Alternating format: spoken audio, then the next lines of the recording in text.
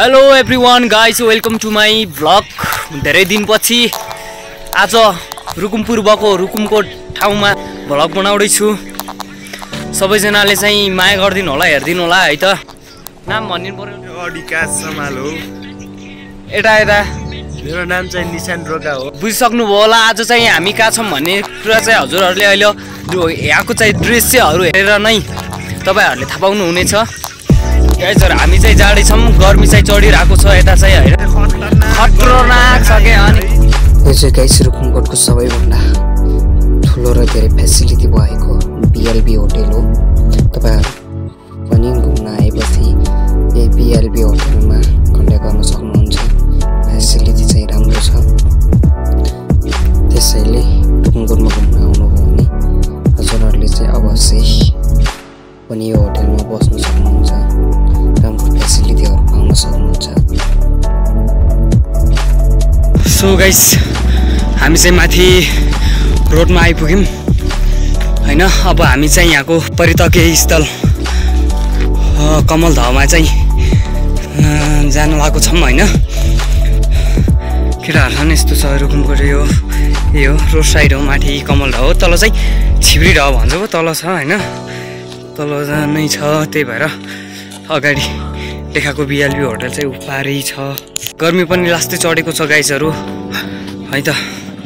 ठाउँ चाहिँ राम्रो छ, पर्यटकीय स्थल रुकुमपुरको हैन। हामीहरु चाहिँ तपाईहरुलाई देखाउने छौं यहाँको चाहिँ कमलताल हैन, निकै नै ठुलो छ, एकदमै छ।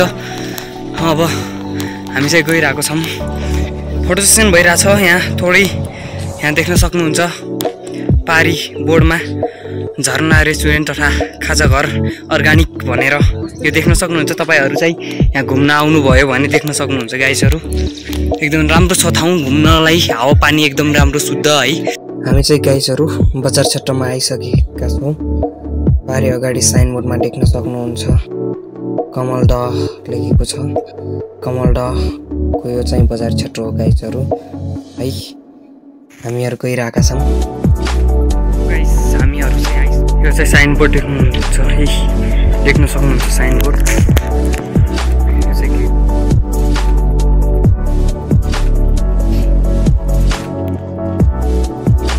यो चाहिँ अगाडि देखिरहेको चाहिँ मन्दिर हो है। यो कमलतालको छेउमा चाहिँ देखिरहेको चाहिँ मन्दिर हो गाइस। चाहिँ मन पर्योलाई यसो भनिदिनु ल। केटाहरु चाहिँ पुरा ह्यान्डसम भएर आज चाहिँ फोटो सेसनमा ट्राफिक छ। त्यसपछि चाहिँ माथिको हस्पिटल हो।